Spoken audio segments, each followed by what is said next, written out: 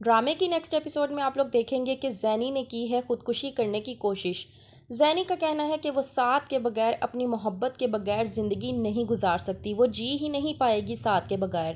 پہلے تو اس نے خود اپنی بہن زارا کو سعد کے حوالے کیا، یہ کہہ کر کہ سعد اور زارا ایک دوسرے کو پسند کرتے ہیں اور ایک دوسرے سے محبت کرتے ہیں، لیکن اس نے مجھ سے منگنی کر رکھی ہے اور یہ مجھے برداشت نہیں۔ اور جب سعد کی شادی زارا کے ساتھ ہو چکی ہے تو نہیں ہوا زینی سے برداشت اور اس نے اپنی جان لینے کی کوشش کی، یہ کہہ کر کہ وہ سعد اور زارا کے راستے سے ہمیشہ کے لیے ہٹ جائے گی۔ جب پتہ چلتا ہے زارا کو کہ زینی نے یہ کام کیا ہے تو اس سے برداشت نہیں ہوتا۔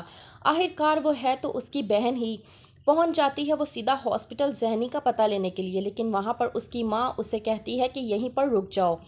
زارا کہتی ہے کہ امی آپ مجھے آنے سے مت روکیں، میں اپنی بہن سے ملنے کے لیے آئی ہوں۔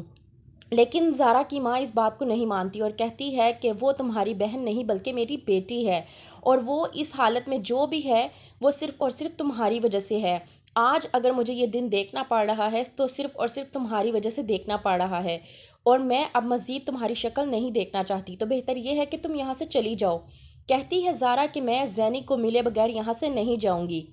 زارا کی ماں بھی ضد پر اتر آتی ہے اور کہتی ہے کہ مزید تم یہاں پر رکی تو تم میرا مرا ہوا منہ دیکھو گی۔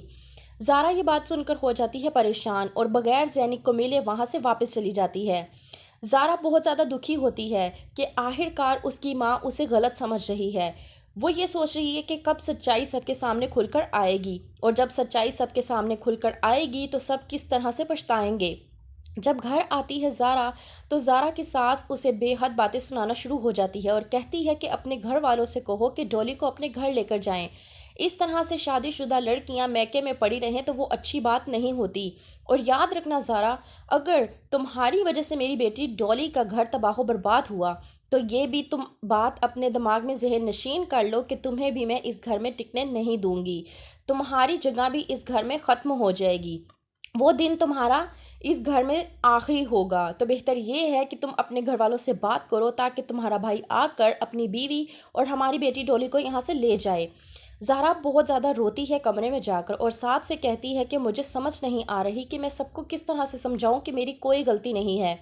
کہتی ہے زارا سعد سے کہ تم تو اچھے طریقے سے جانتے ہو کہ میری کوئی غلطی نہیں ہے، میری تو کیا بلکہ ہم دونوں کی کوئی غلطی نہیں ہے، سب غلط فہمی کا شکار ہو چکے ہیں، کوئی بھی ہماری بات سننے کو تیار نہیں ہے، کسی کو بھی ہماری بات پر بھروسہ نہیں ہے۔